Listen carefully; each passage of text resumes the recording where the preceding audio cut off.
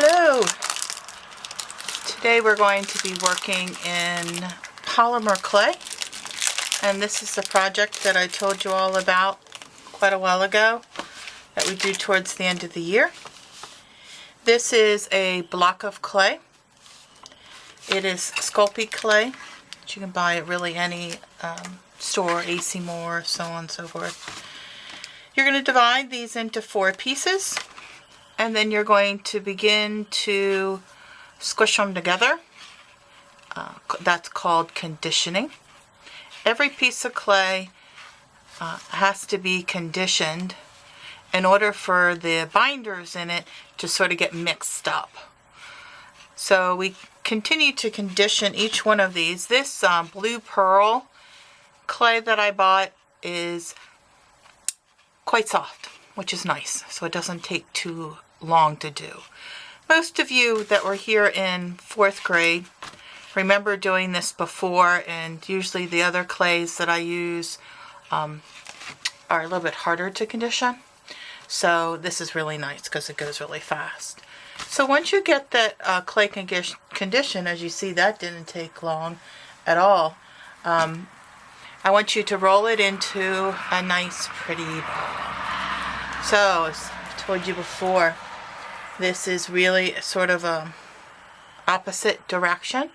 One hand goes one way, one goes the other. You keep it in this cupped position, and you roll it. And you continue to roll it until you get a nice round, no marks, no cracks ball. So this may take a while. You can, if you want to use a piece of paper to roll this on, you might be able to see the edges of my desk here in my home studio. Has lots of memories of paint from many years. So I don't want to get that on this. I have this sort of scrap piece of paper here. So now I've gotten into a fairly round ball. I'm going to slow it down a little bit. So there's my somewhat round ball. But as you can see, there's no cracks or bumps or bulges or whatever. So after you do that, we're going to roll it into a cylinder. If you look above the chalkboard, you'll see that 3D form called a cylinder. And we want it not too thin, because this is what is the beginning of our dog. So we'll roll it. We want the ends pretty even. Now the dog's not going to be huge, obviously. It's not going to be life size. So let's see, I'll get a ruler. So my ruler says this is 7.3 centimeters, or about 3 inches. So you know where the rulers are. You can get yourself a ruler when you're doing this. I'm going to tap both ends.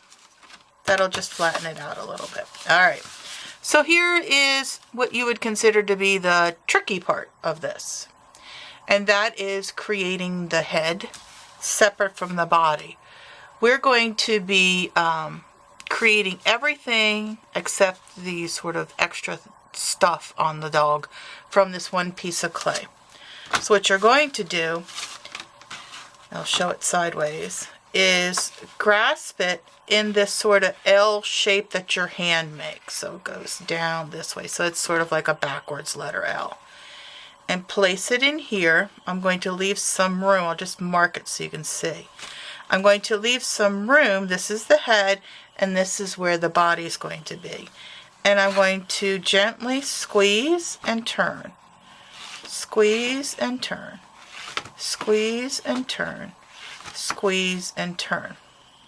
Now notice that I have not cut through here, and it's not too thin. It's, you know, it doesn't even move. It doesn't even move. Okay? That is where the head's going to be. Now, if you think that's hard, this is where it gets really challenging.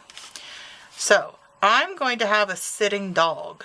So in the front of this, right about here, I'm going to place my thumb in the center and push. And when I do that, I'm going to use the side of this finger to pull, push, and pull. Can you see I'm starting to make a leg here? Then I'm going to do it over here on the other side. Push and pull, push and pull.